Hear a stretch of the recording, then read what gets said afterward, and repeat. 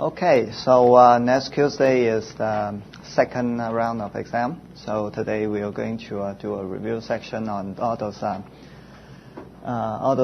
sections that is mainly on those classes taught between the first exam and and the last Tuesday. So it's. I'm trying to get you. It's okay. Yeah, it's okay. As long as they can hear me. Okay, so because we are throwing a lot of information at you guys in such a short time, so we don't want you to be overwhelmed and shooting wild to get a grip of what might be possible on the exam. So I will be giving you a relatively well-defined range of the next exam, but don't take it as for the exam only. So there's a lot of things we should go over. Okay, so let's first take a look at the topic of water-fat chemical shift. So I basically have like 9 topics today. So basically for each topic is 1 slide. So the first topic is on the water-fat chemical shift. So the water-fat chemical shift is the representation of the water-fat chemical shift is in their precession frequency. So there is a 3.5 parts per million difference in this precession frequency of water and fat tissues. So this chemical shift is constant, so it's independent of the magnetic field. So that means if you put it into a 1.5 Tesla, and if you put the water and fat into the 3 Tesla, then you will be observing frequency difference of twice the frequency difference at the 3 Tesla. So because the basic difference that is caused by this chemical shift is in their Larmor frequency, the precession frequency that the spin is processing around the external field, the B naught. So it will lead to several related artifacts. So the first one is the spatial shift, because in MRI you are using the gradients to do the spatial encoding, right? So this spatial encoding is dependent on the precession frequency, the Larmor frequency of the spins. So if there is a difference, a change in the Larmor frequency, then this spatial encoding would have considered that a spin with a different frequency would actually be located in a different location, right? So this is the reason why we can be seeing a water-fat chemical shift, a spatial shift of the fat signal relative to the water signals. So we will talk about this a little bit more later. So the second artifact related to the water-fat chemical shift is the image phase shift. So because as we know that there is a Larmor frequency, precession frequency difference between water and fat tissues, when we are imaging it with certain different TEs, right? With a certain TE, then the signal itself in the image domain, it will process, it will develop different phase. So let's say this. I'm not good at drawing. So we have an excitation, right? So this is the basic. So we have readout data acquisition. So then we have defined that the echo time, the gradient echo time, is between the echo center and RF pulse center. So if we are using a sync pulse, okay. So when immediately after the excitation, both the water, let's say this is water and this is fat, both and water signal would be tilted at the same time, right? So they will be pointing at the same direction. So let's say that at zero time point they have zero phase. So after a while, so this is when t equals 0. So after a while, let's say water is the on-resonant case. So in the rotating frame, then and if t equals Te, so because the water is on-resonant, then we will observe no phase development in the water. But because there is a chemical shift in the fat, so it will have develop a different phase. So it will have develop an arbitrary phase, for example. Or if Te is long enough, it will have developed another.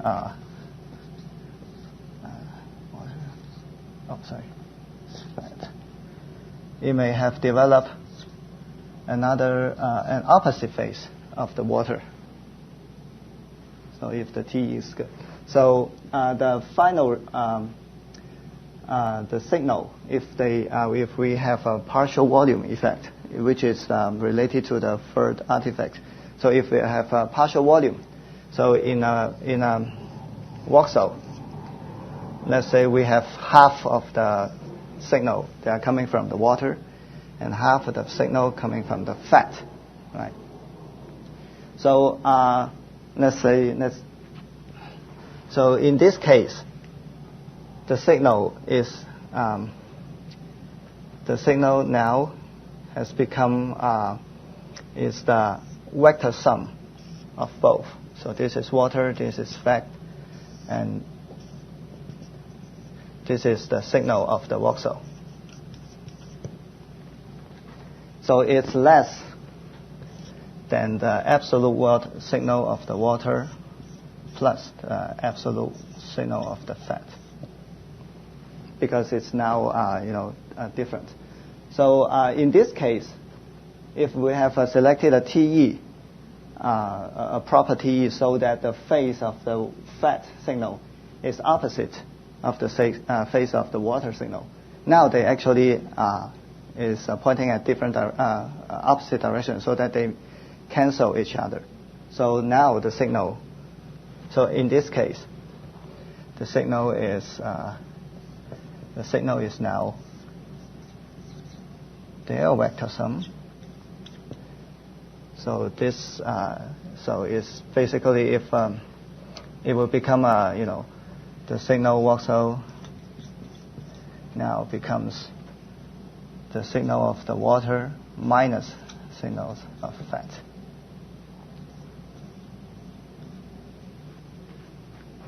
So this will be giving you a very small signal, as if they have cancellation. Now, if we let the TE go on, okay, this is a bad time. So we have a longer TE. So let's say T equals TE is like this. Now, what happens if we have waited another interval of TE? So now, this fat signal has continued to develop a phase difference, and now it becomes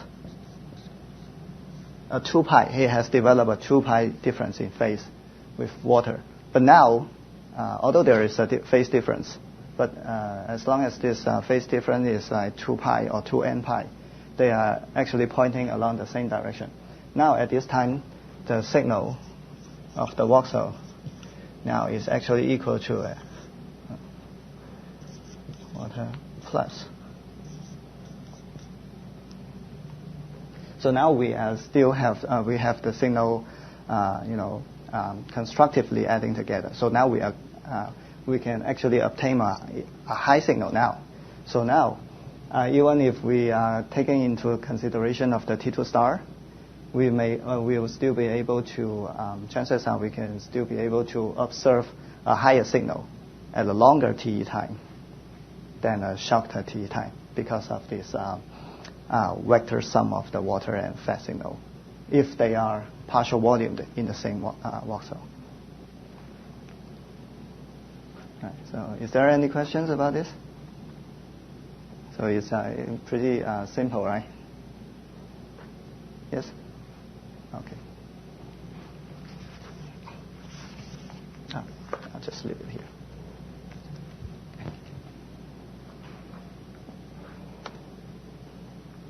Okay, so how do we tackle these artifacts that can be caused by the water-fat chemical shift? So as we mentioned before, we can use a high bandwidth readout, right? So the bandwidth here,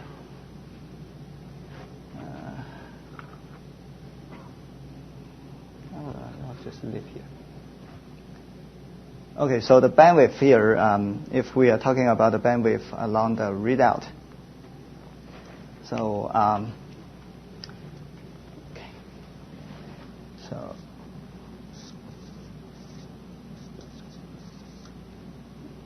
so we have bandwidth along the readout, and we have NX sampling point. So now the bandwidth per pixel is now the total bandwidth of the readout divided by its number of voxels. So this that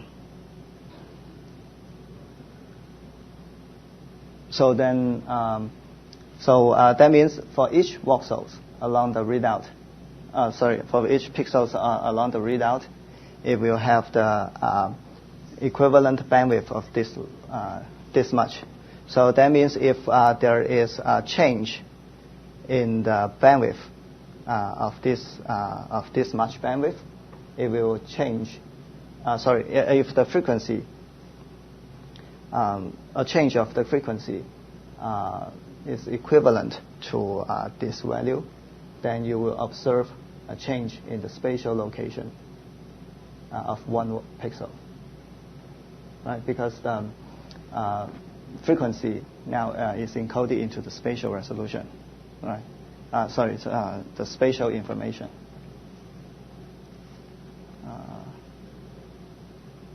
Okay. Actually, we can talk about it in later on.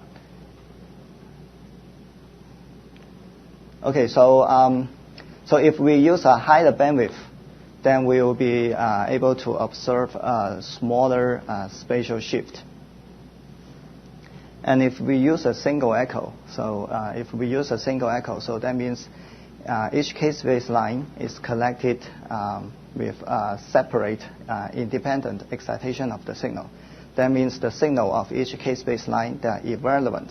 So that means the bandwidth along the phase encoding directions, they are infinite.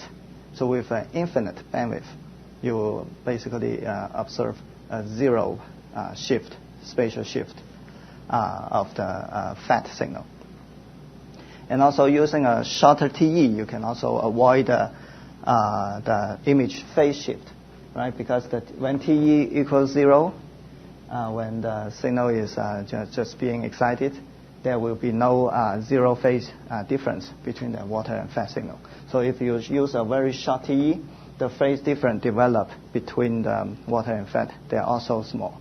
So you will be observe minimum image phase shift in the image domain. Okay, so another solution is, of course, if we remove the signal, then there is no artifact, right? So remove the problem. So sometimes we can use fat saturation.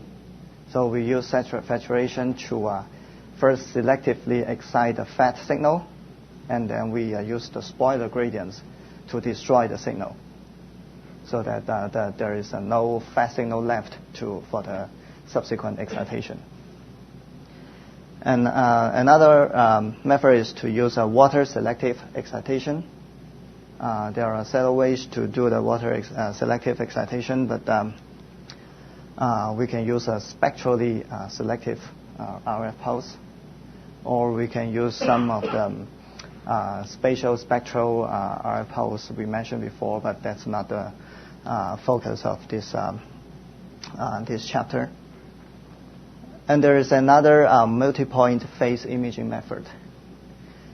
What we call is the Dixon or ideal. So the multi-point phase imaging method to tackle this chemical shift problem is exactly similar as in here.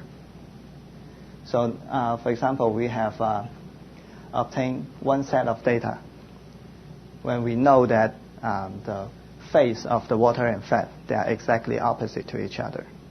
And then we acquired another set of data when we know that at this TE, we know that the water and fat will have the same phase together. So using these two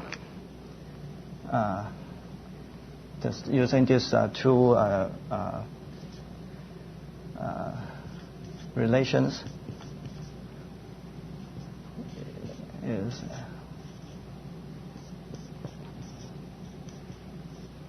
so this one we get a signal like this, and for this one we get a signal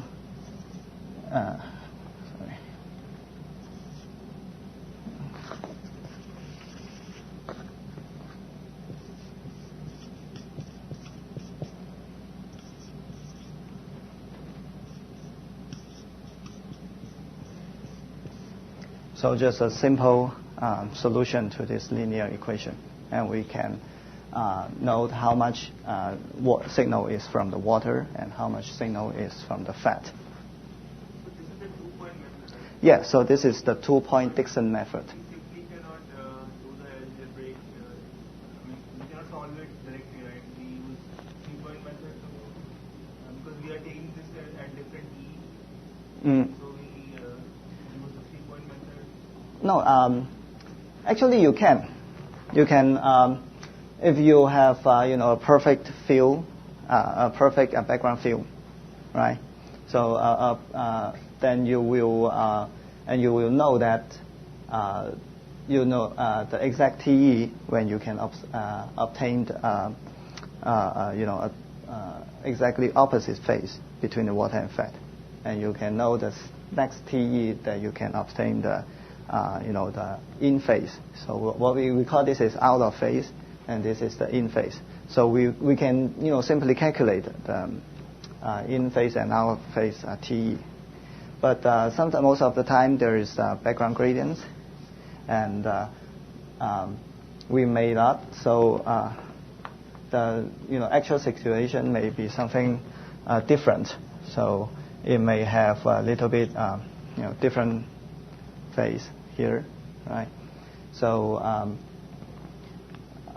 so that may be that's when the 3-point method is here, so that to more compensate for this background field effects. In the book, it is given like first you find out this equation, 2 equations at at 2 points, and then you interpolate somehow and then find out I don't remember exactly, but that's how they are using the 3-point method. All right. So yeah, it's you can be a little bit refer to the book a little bit more. So I'm not quite sure about this right out of my hand. So for the 3-point method, it's called the 3-point Dixon or the ideal method. Okay, so this part covers the water-fat chemical shift. So is there any question about this topic? Fat saturation, you said there is spoiler gradient. Right? I'm sorry? Fat saturation. There is a spoiler gradient. Spoiler gradient, yeah. Now what exactly it does? I mean, it spoils the signal or what? Right. So now So this is the excitation, right? So before the excitation, we first applied a saturation pulse, just a saturation pulse without any gradient. So if we just apply an RF pulse and without any gradient, so what characteristic does this has? RF pulse have? Hmm? No, it's spectral selective. So yeah, Right. Yeah. So the center frequency of this pulse is set at the FETs. Right. And so this one will spectrally excite all the FET signal. Right. Yeah. So in the whole FOV or in the whole object, because we did not add gradients to make it spatial selective. Okay. So after this pulse, it has excited all the FET signal, and then we applied spoiler gradients along all three axes, right? A strong spoiler gradient to dephase all those signals, right? Now, we do this immediately after the excitation of the FET signal, and when we do the excitation, it has tipped all the longitudinal magnetization of the FET to the transverse plane.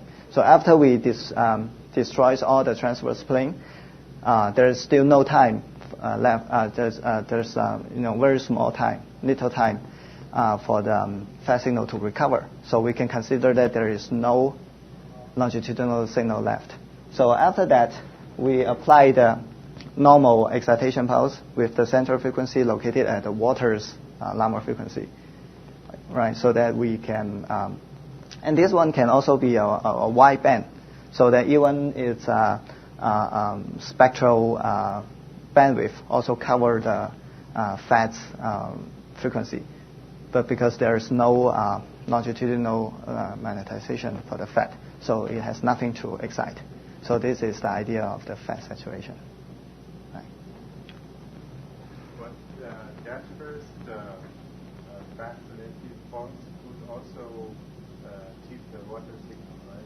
Yes, that's right. So so usually there will be some power leakage. So usually when you use the FET saturation, you will expect more or less some power leakage of this saturation power into the water signal. So remember the artifact example I showed you 2 days ago. So it will also suppress some of the water signals. So, but FET saturation is a relatively easy and simple way to use, and it's compatible for many sequences. So it's still very popular to use. Okay. Okay, so the next topic is on SNR, contrast, and CNR. So when we're talking about the SNR and contrast and SNR, first we must understand its definition, which is very simple.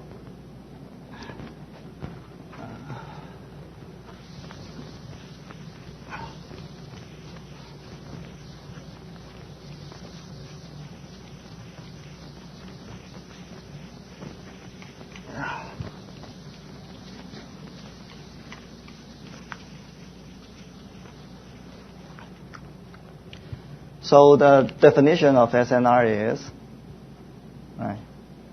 the ratio between signal and noise. So as it has implied. So SNR.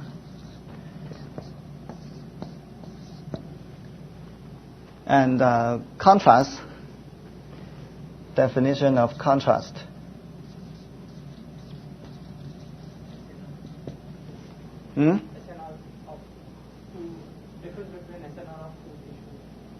Well, I was just talking about the contrast. So the contrast is the difference of the signal. So whatever is two type of tissues or two states status or two temporal time points of the tissue, it doesn't matter. So as long as there is two different signals here. So CNR, the basic definition is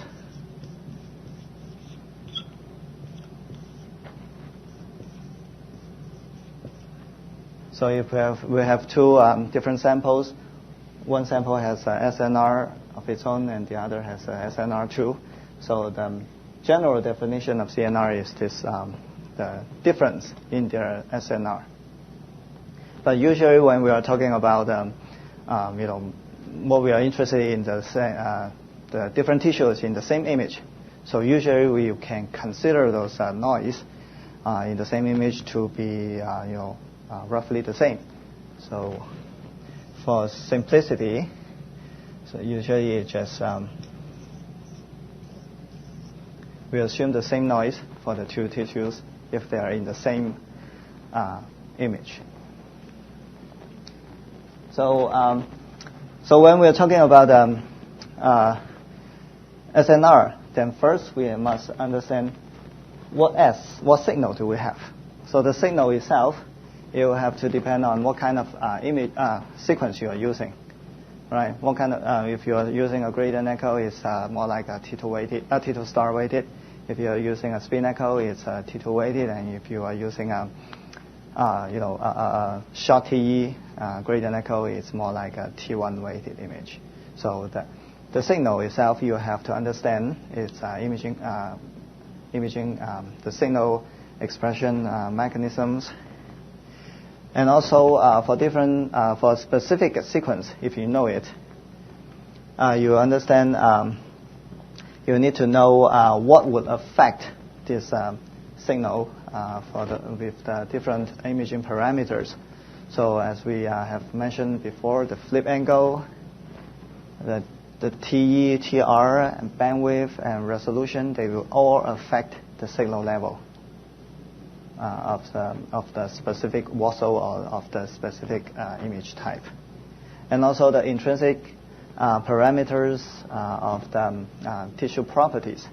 So like the T1, T2, T2 star, proton density, right, or in the steady state consistent, like the T2 over T1 weighting. So all this would affect the final signal. So if you want to do some theoretic analysis of how much signal you will get, you will have to take into consider all of these parameters to come up with signals. And also when this is the signal, the absolute value of the signal may be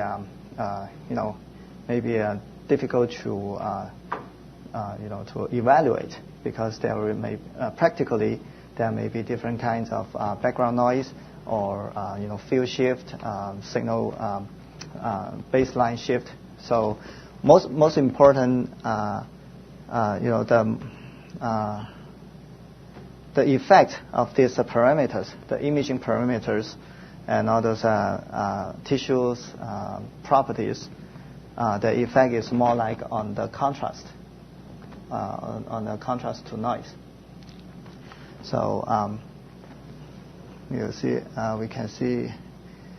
We'll need to understand why two different tissues under the same imaging parameters, the same sequence, they will have a different signal intensities.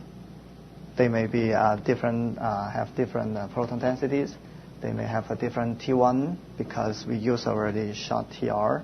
They may have a different T2 star, and we may be using a long TE. So we all need to take into consideration the signal difference to understand the signal difference between two specific tissues. Okay. So yeah. So in here, the SNR. No, so this one, I think this is the third time I'm showing this slide.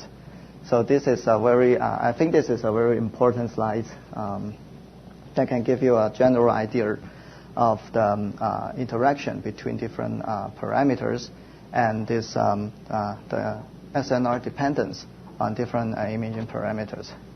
So in here, it is only showing the SNR dependence on some of the major imaging parameters. So we can see that the SNR here on the voxel level is proportional to the voxel size, right? It's proportional to the how many average you are doing. If you are collecting multiple the same image multiple times and then average them together, you have the capacity to increase the SNR. But most of the time we just assume this is to be 1, right? Because if you collect the same image multiple times, you increase the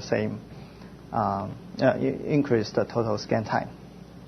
And also the SNR is proportional, inversely proportional to the square root of the bandwidth, the readout bandwidth. And SNR is proportional to the square root of the sampling points. But this is just a simplified version. So there are still many factors that we are not throwing into this equation here. So, for example, we can see that the T itself is also directly related to the signal intensity, but it's not listed here. Because for the TE and also the TR, it also affects the signal intensity. The temperature also affects both the signal intensity and the noise. But it's not listed in this SNR because the TE and TR, these things, they may be sequence specific. But the voxel size, the bandwidth, and the sampling points, they can apply to all sequences. So these imaging parameters are more universal to different sequences. But for the TE or TR, they are more specific. You have to analyze them according to the specific sequence you are using. So this is the very important relationship that we need to understand how SNR is being affected when you choose a certain imaging parameters. So in this whole chart, it's actually giving you a relationship between different imaging parameters. So according to this one, you might think that, if I just simply change the bandwidth itself, and we can improve the SNR. But sometimes when you change one of the parameters, if you look at this chart, if you change one of the parameters, you have to change another. So this may give you opposite effect on the SNR.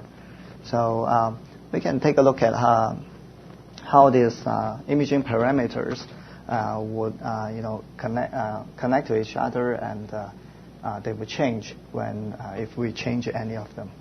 Yes. What's the difference between dashed lines and solid lines? Yes. As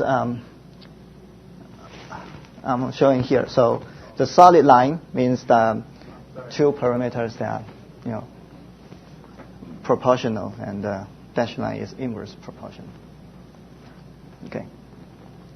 So let me just do this.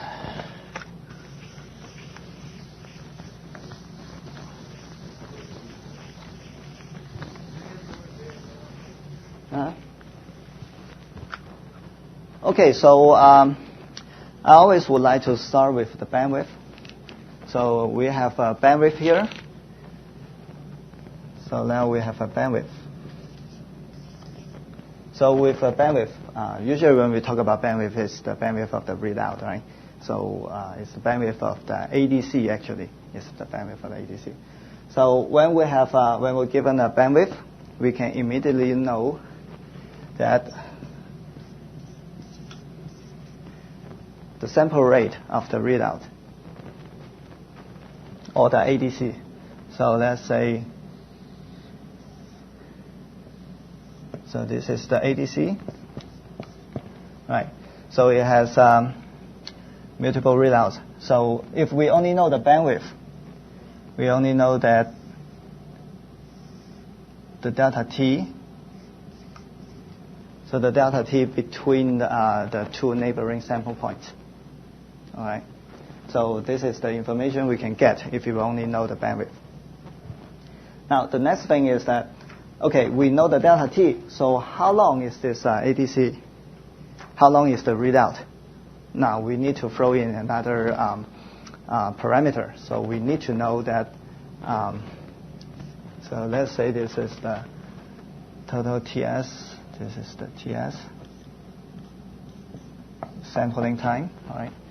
So we have to throw in an extra parameter, the sampling points, number of sampling points along readout.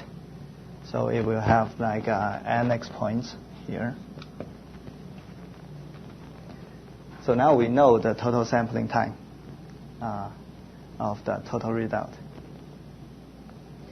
Okay. All right. So now we have this duration of the ADC. We have the sampling rate. We have the sampling point.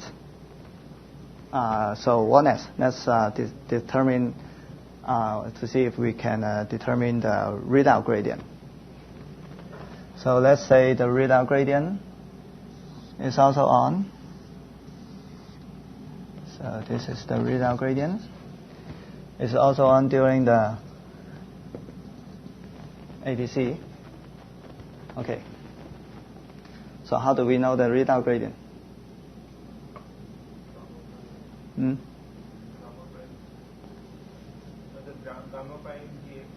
Can you come up and write it down?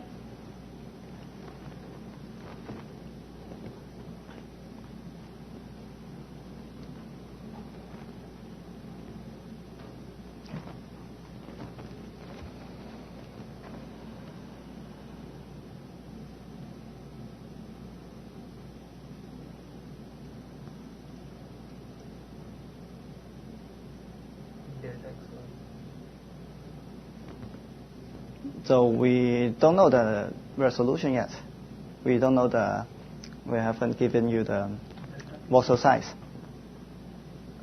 So this is what we know. What's written on this board is what we know.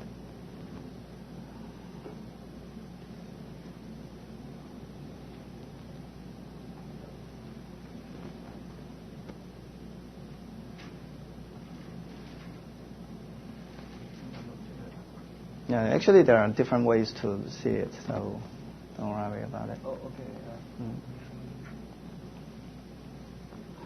Alex,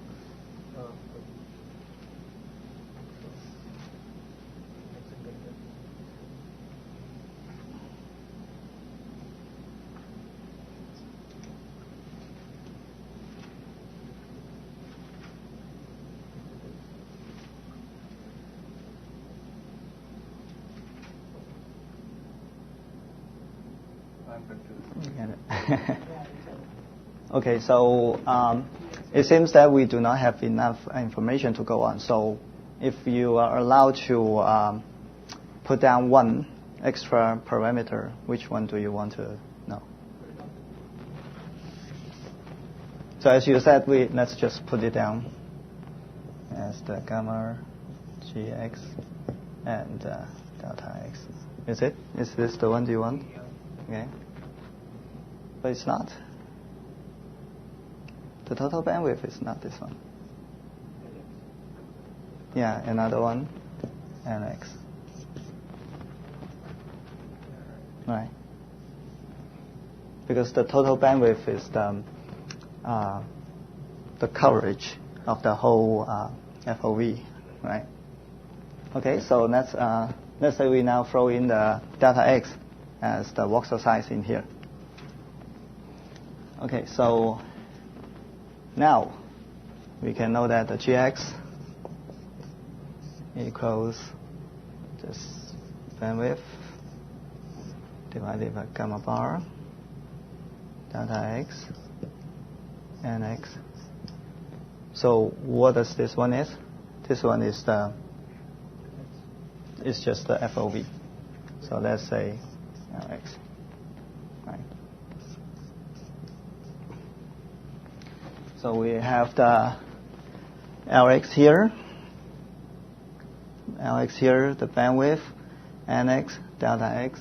Now they have complete a loop in here, so you can see that they determine each other. Okay, so let's think the duration. Now the duration of the time of the SNX BW. Okay, so let's come back to this gradient echo sequence. So if if we had the original bandwidth, and you have the readout like as a TS like here. Now what if we increase our bandwidth? So according to this one, the increase of the bandwidth will decrease the signal to noise. Right? According to this relationship, the SNR, so you increase the increase the bandwidth, you decrease the SNR. So when you increase the bandwidth, now you also decrease the total acquisition time.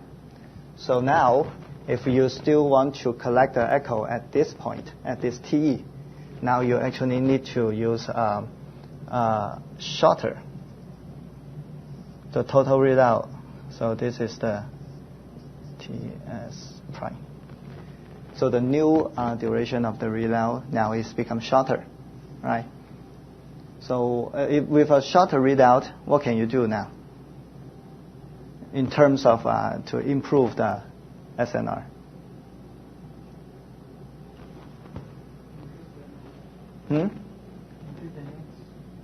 NX?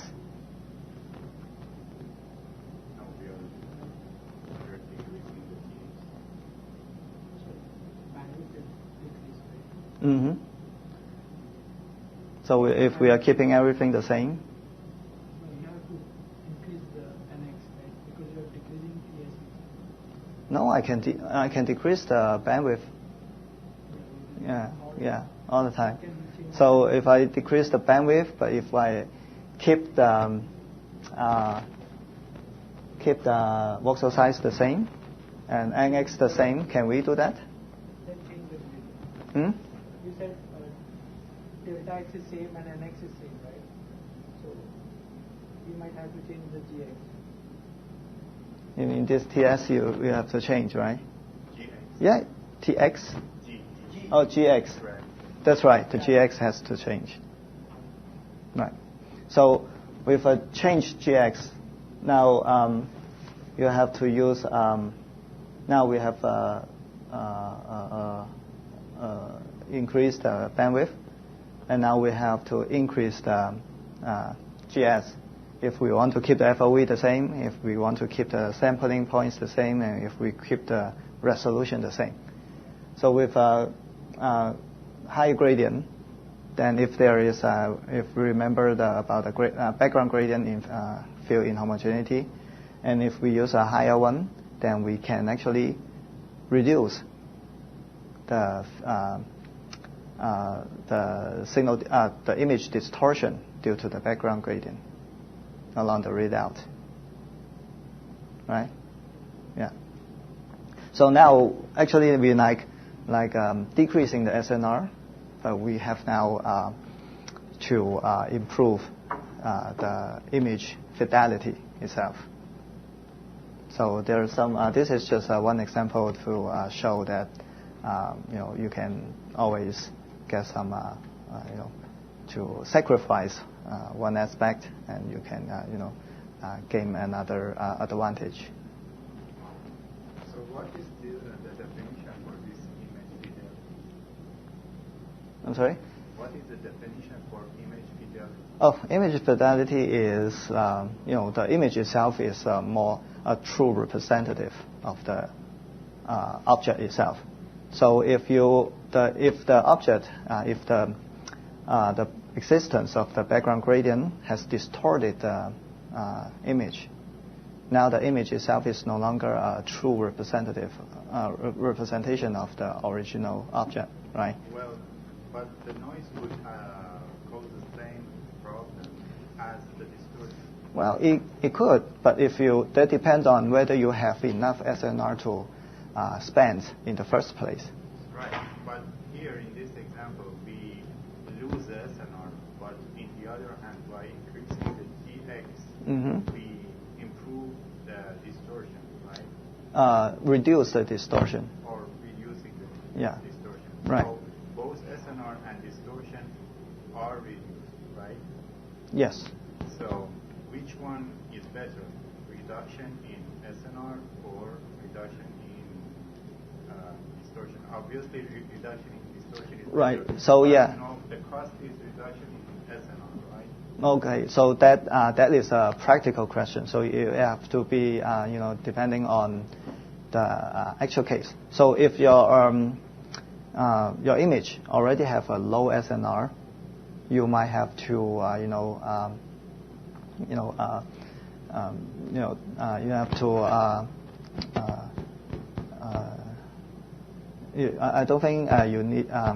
If your image already have a low SNR, then probably you cannot reduce the SNR anymore. So maybe you will have to accept a certain level of background distortion, the signal distortion. Yeah, but no matter which case, this kind of a compromise is what you have to deal with every day.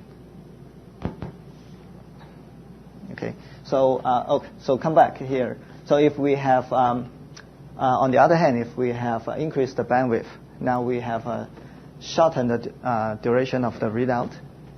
So now with this readout shortened, another way to improve, to gain back a little bit SNR that is lost by using a higher bandwidth, we can now afford to use a shorter TE.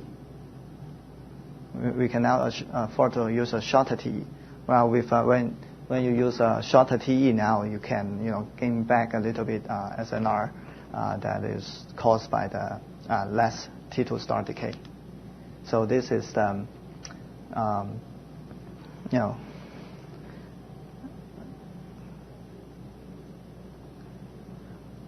all right. So okay. So for the next one is the sequence components. So as we said before, the sequence has only 3 components. One is the RF pulse, one is the gradient, and the other is the ADC readout.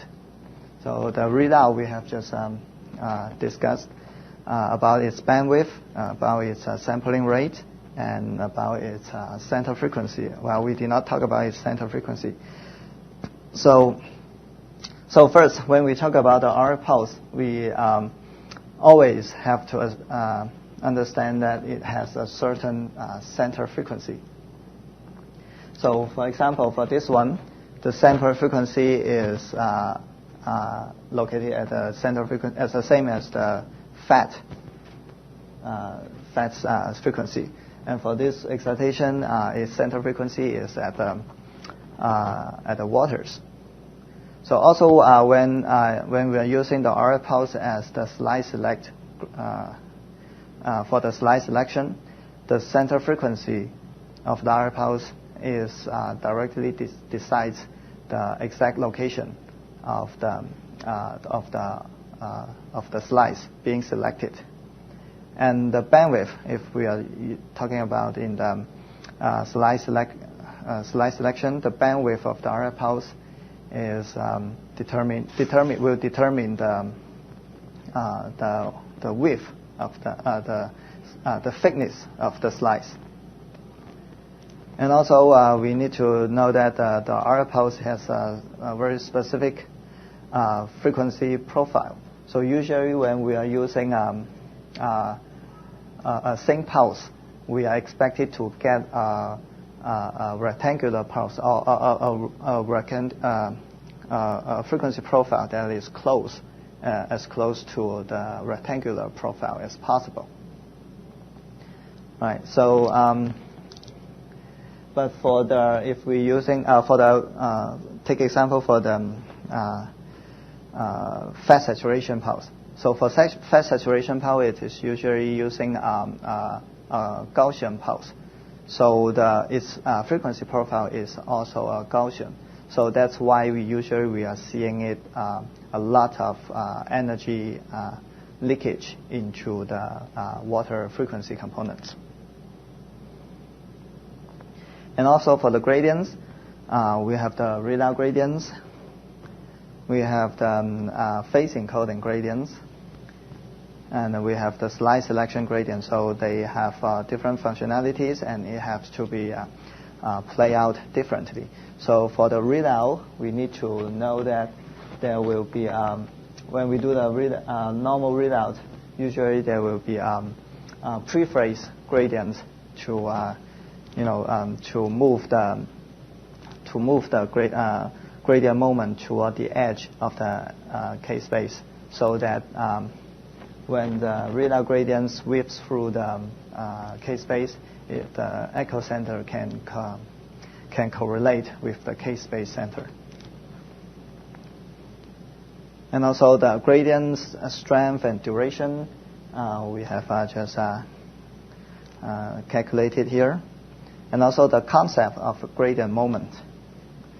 The concept of gradient moment is that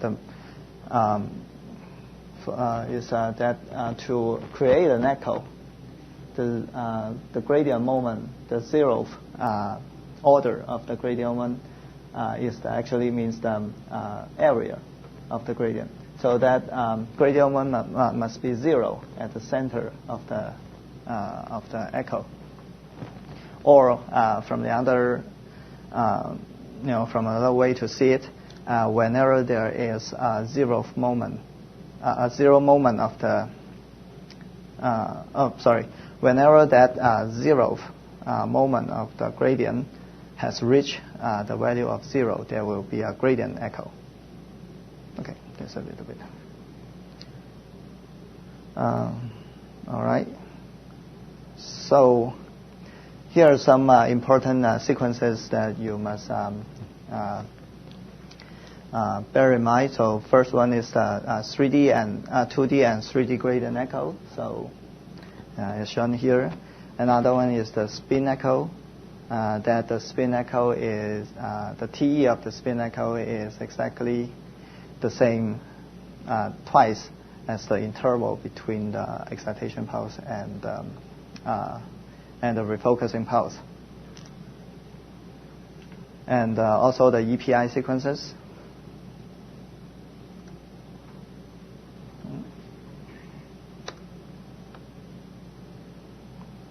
Okay. So, okay. Is there any other questions about this sequence components, the topic? Okay. So then, next topic is on the steady state.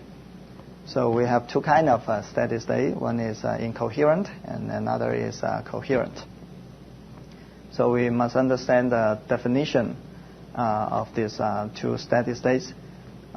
First of all, is steady state. So it must have been reached, a steady state that after a certain number of excitations,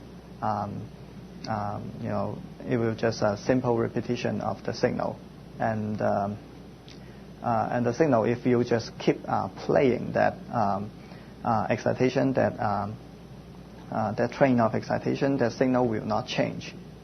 Even given the T2 star decay or something, it won't change. So, the steady state incoherent, or usually when we call the flash sequence, the flash equation. So you need to understand the basic derivation process of this important relation.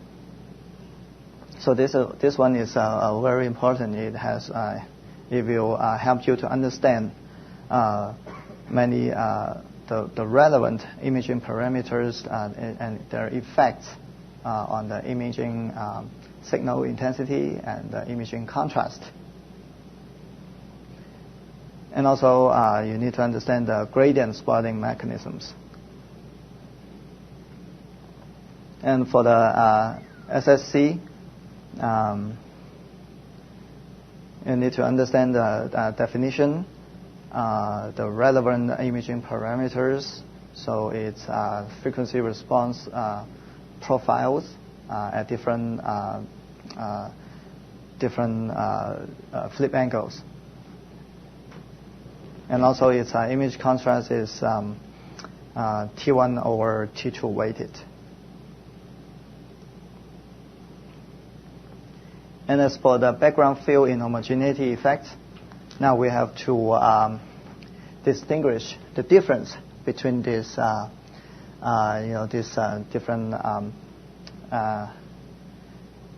different descriptions. So when we talk about a background gradient along the readout direction, it may has a different effect on readout.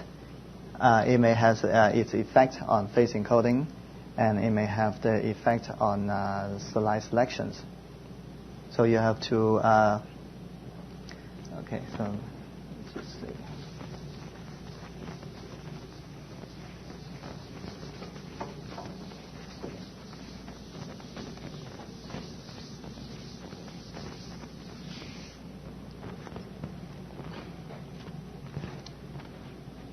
Okay, so yeah, let's work on this one here. So let's say there is this is slide selection, and this is the phase encoding. This is the readout.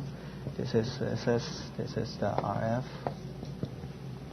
So I'm just taking another example. So for a background gradient, we will assume that it will be constant. It will always exist, and for a certain sign.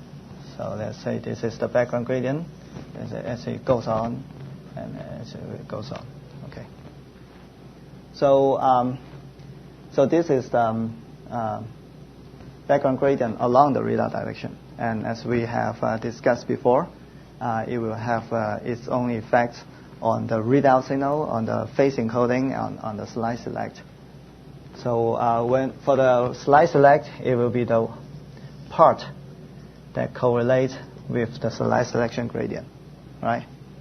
And for the phase encoding, it will be the part that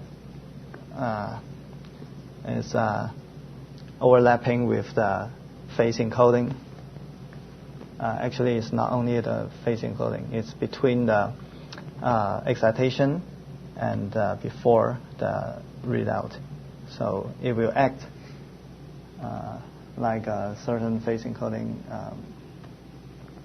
And also for the readout, you will have two different sets.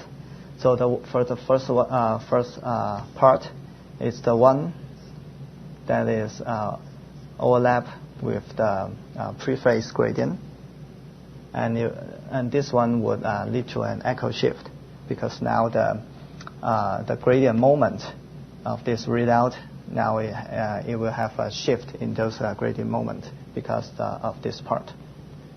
So this will lead to an echo shift, and for the part of the background gradient that overlaps with the readout gradient, so this would lead to image distortion, the scaling effect.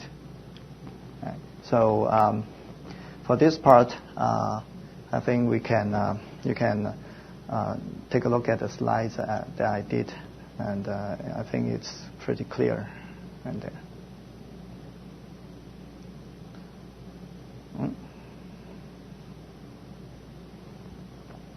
Okay, so yeah, okay. Right. So the next topic is on the K-space. So we need to understand the K-space definition. So you wrote the K-space definition the other day using the gradient. And also the K-space has a relationship with the FOV, which is the delta K. 1 over delta K is the FOV.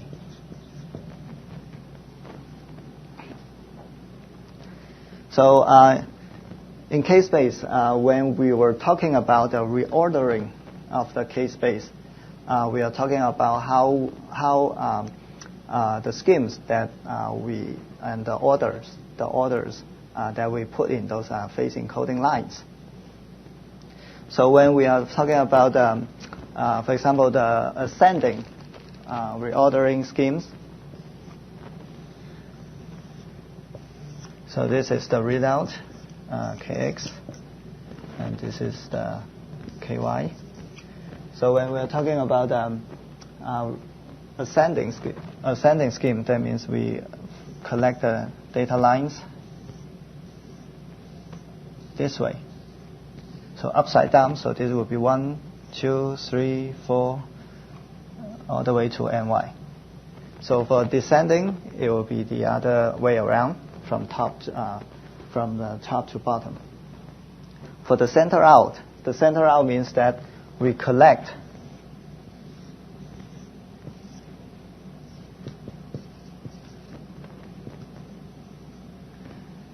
so this is Ky equals 0. So we collect the center K-space line first, and then we collect the this is 1, 2, 3, 4, 5, 6. So it's from the center going to the edge of the. So this is the order of the K-space line we are talking about. Okay, so center in is the same thing, and random is random, as I said. Okay, so the difference of this phase encoding line reordering and this segmentation is that the segment. Let me see. Segmentation of the K-space. The definition is that we collect for each excitations. We only collect parts of the K-space. So for each part that is collected, it's being called a segment.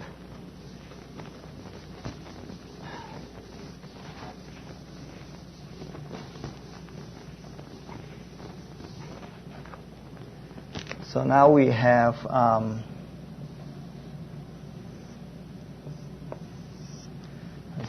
so for example, we have divided this, let's just say 3, okay. So let's divide the whole K-space into 3 segments. So what we are calling this is the 3 segments. So we can, also this segment has its own reordering scheme. So we can say this is the first segment, this is second and third. So this is the ascending segmentation. And also we have this descending or center out. It doesn't matter. So so how do we fill in this segment? So there are 2 ways that we can fill in this segment. The first way, if we do this in the offset segment. So that means the offset segments means that we first collect the data of one segment, and then we collect the data of the second segment, and then we collect the data of the third segment. So that means that the first for the first excitation, we collect the data. For example, we collect the data like this.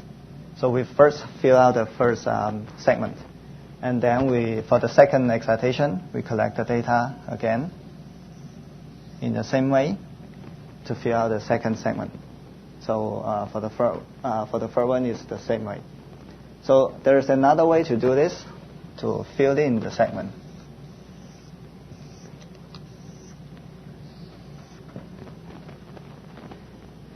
So in here, the k-space line, the reordering of the k-space line is 1, 2, 3, all the way to, let's say, ny over 3.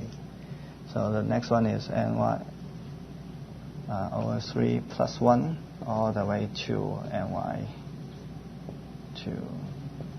Okay, and go the way. Okay, so for this one, we can call it interleaf segmentation. So for the interleaf segmentation, we can have this, we collect part of each segment. For example, we collect one line for each segment during one excitation. So that means if we for this one, we collect a 3 echo scan, and then we fill in one line in the first segment, then the second echo fill in the second segment, and the third line fill in the first segment. And then for the second excitation, we fill in another line, that's 4. Fill in another line, 5. Fill in another line, 6. So we repeat this process until we fill the whole k-space. So this is called interleaf segmentation, and this is called a simple offset segmentation. Okay. Okay, so when we are talking about the k-space, and we know that to obtain an image, we are actually doing a Fourier transform on the k-space so that we can get the image from the k-space data.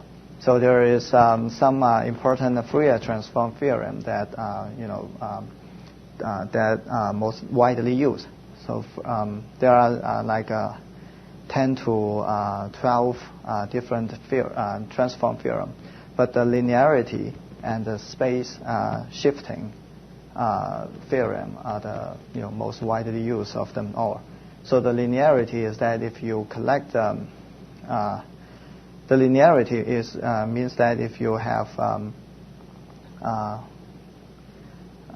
if you do the Fourier transform of the sum of two functions, is equivalent to do the Fourier transform of each function separately, and then you sum them up.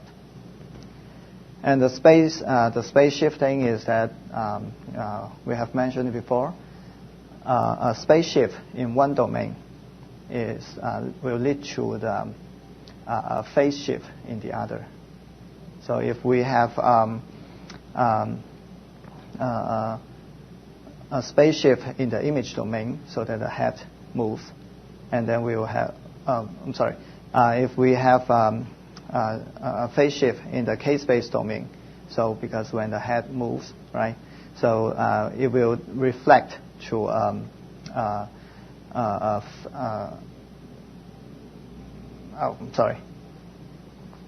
yeah, it's the other way around. So if we have no, it's right. If we have a phase shift because of the motion, we will have if we have phase shift in the k-space, that it will lead to a spatial shift in the image domain. Yeah, it's a little bit confusing. All right, so it's the other way around, vice versa.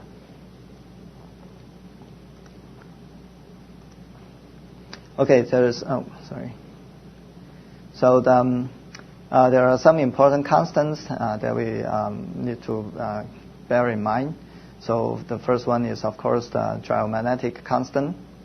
So when we are talking about when we just put down the gamma, we need to understand that it's actually a term that is expressed in the phase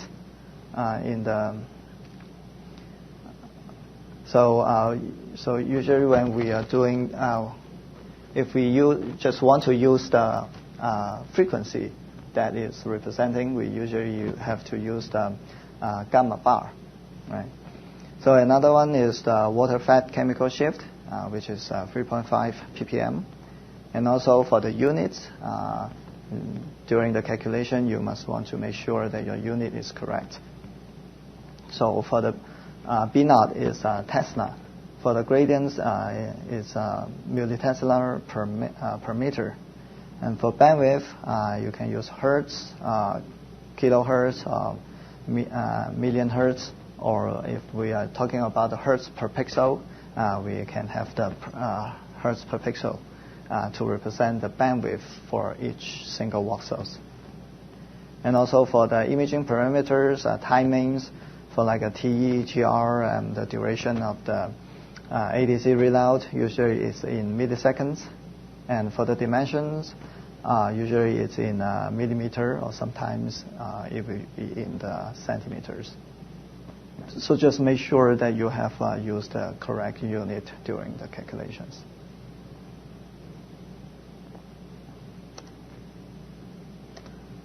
Okay, so for the exam 2, you need to bring a pen, and then you also need to bring a pencil, a ruler, and an eraser, because you need to do some drawings. And also you need to bring calculators. There will be some numeric calculations, but of course it's not a cell phone. It's not. Okay. So is there any questions? And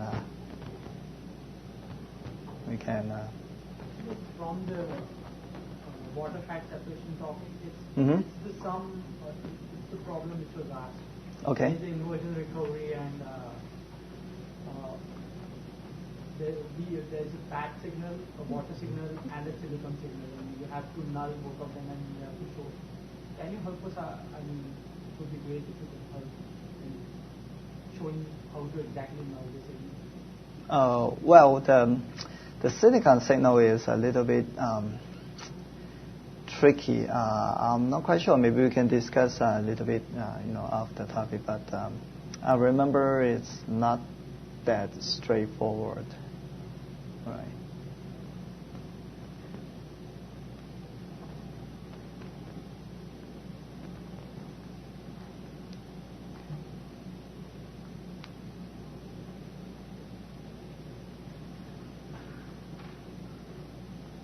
Any other questions? Anything is okay.